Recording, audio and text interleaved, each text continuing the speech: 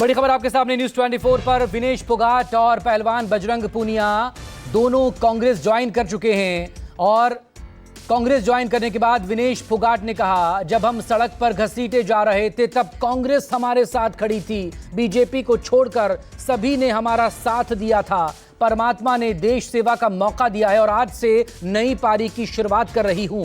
ये तमाम बातें विनेश फोगाट ने कही थी। ये भी उन्होंने साफ कर दिया, जो लड़ाई थी वो जारी है, खत्म नहीं हुई है। बजरंग पूनिया ने भी ज्वाइन करने के बाद कांग्रेस कहा, विनेश फोगाट वाले प्रकरण में जब देश सदमे में था, बीजेपी आईटी सेल जश्न मना रही थी। ऋषिकेश मेरे सहयोगी इस वक्त हमारे साथ जुड़ गए हैं। ऋषिकेश, विनेश फोगाट और बजरंग पूनिया कांग्रेस ज्वाइन कर चुके हैं। ससुराल से चुनाव लड़ेंगी या मायके से, ये तो साफ नहीं है, लेकिन जो जवाब उनकी तरफ से आया इतना तो तय है कि विनेश फोगाट चुनाव लड़ने जा रही हैं।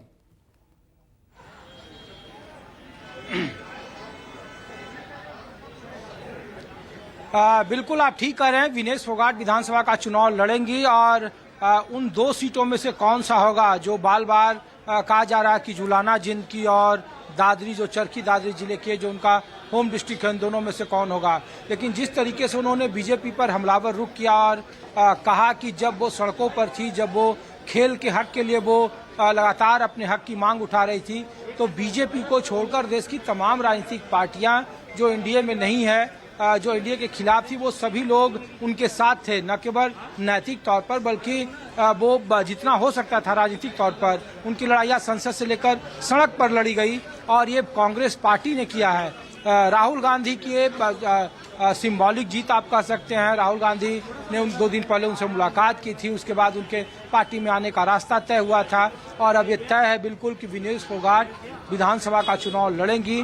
वो सीट अब से थोड़ी देर के बाद, जब वो बैठक में थी, यहाँ कार्यक्रम चल रहा था, तो उस वक्त कोर कमेटी की बैठक चल रही है हिमाचल भवन में, और जिसमें लगातार सुबह 5 से 6 घंटे से ज्यादा का वक्त बीत गया है सीईसी की बैठक के पहले।